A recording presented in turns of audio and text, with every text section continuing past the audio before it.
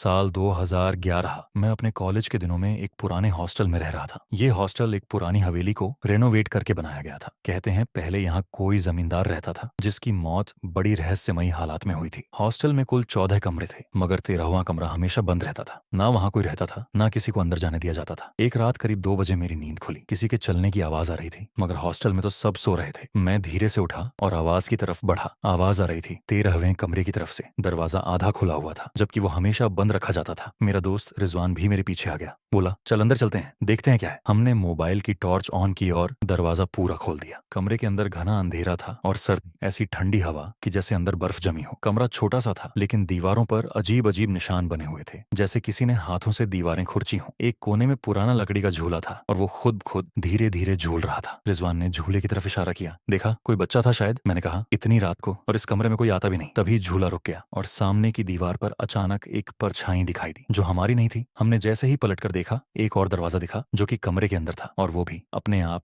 धीरे धीरे खुलने लगा। उस दरवाजे के पीछे एक स्लोपिंग रास्ता नीचे की तरफ जाता था, जैसे कोई पुराना तहखाना हो। हमने नीचे उतरने की गलती कर दी। नीचे अजीब सी गंध थी, जैसे गीली मिट्टी और सड़ी लकड़ी की। एक बहुत पुराना कमरा था और बीच में एक काली कुर्सी रखी थी। उसके सामने एक आईना और पास ही कुछ पुरानी तस्वीरें। तस्वीरों में हॉस्टल के पुराने रूममेट्स थे, मगर उनमें से कुछ तो अब भी हॉस्टल में थे, और कुछ जो गायब हो चुके थे वो भी इन तस्वीरों में थे, मगर उनकी आंखें काली और खोखली लग रही थीं। रिजवान ने एक तस्वीर उठाई और तभी आईने में हलचल हुई। आईने में हम दोनों नहीं, सिर्फ मैं था, और मेरे पीछे एक और शख्स खड़ा था जिसकी आंखें पूरी काली थीं और चेहरा धुंधला। मैंने पीछे देखा, कोई नहीं था। फिर अचानक पीछे से किसी ने मेरी गर्दन को हल्के से छुआ। मैं जैसे जम गया। रिजवान ने चीख कर कहा, यहाँ से चलो। हम दोनों दौड़े। ऊपर की सीढ़ियां अंधेरे में जैसे गायब हो चुकी थीं। एक कोने में दीवार पर खून नहीं, मगर काले रंग से लिखा था, जो एक बार 13वें कमरे में आया वो कभी वैसा नहीं रहा। हमें लगा हम मर जाएंगे वहीं। तभी एक जोर की सीटी जैसी आवाज आई और हम अचानक खुद को हॉस्टल के गेट के बाहर पाए। सांसें तेज, कपड़े गीले और हाथों में मिट्टी लगी हुई थी। अगले दिन 13वां कमरा फिर से बंद मिला। वार्डन से पूछा तो उसने कहा, 13वां कमरा? बेटा, वो तो 10 साल से सील है, वहां तो दरवाजा भी नहीं है। हमने फिर देखने की कोशिश की, लेकिन वहां सिर्फ दीवार थी। रात को सोते वक्त रिजवान की आवाज आई, भाई वो आईने में आज भी कुछ दिखता है। मैंने कहा, मत देख। पर आईने से वो झुकी गर्दन वाला चेहरा अब हर रात मुझे घूरता है। अगर ऐसी और डरावनी कहानियां देखना चाहते हो तो हमें लाइक और सब्सक्राइब करें।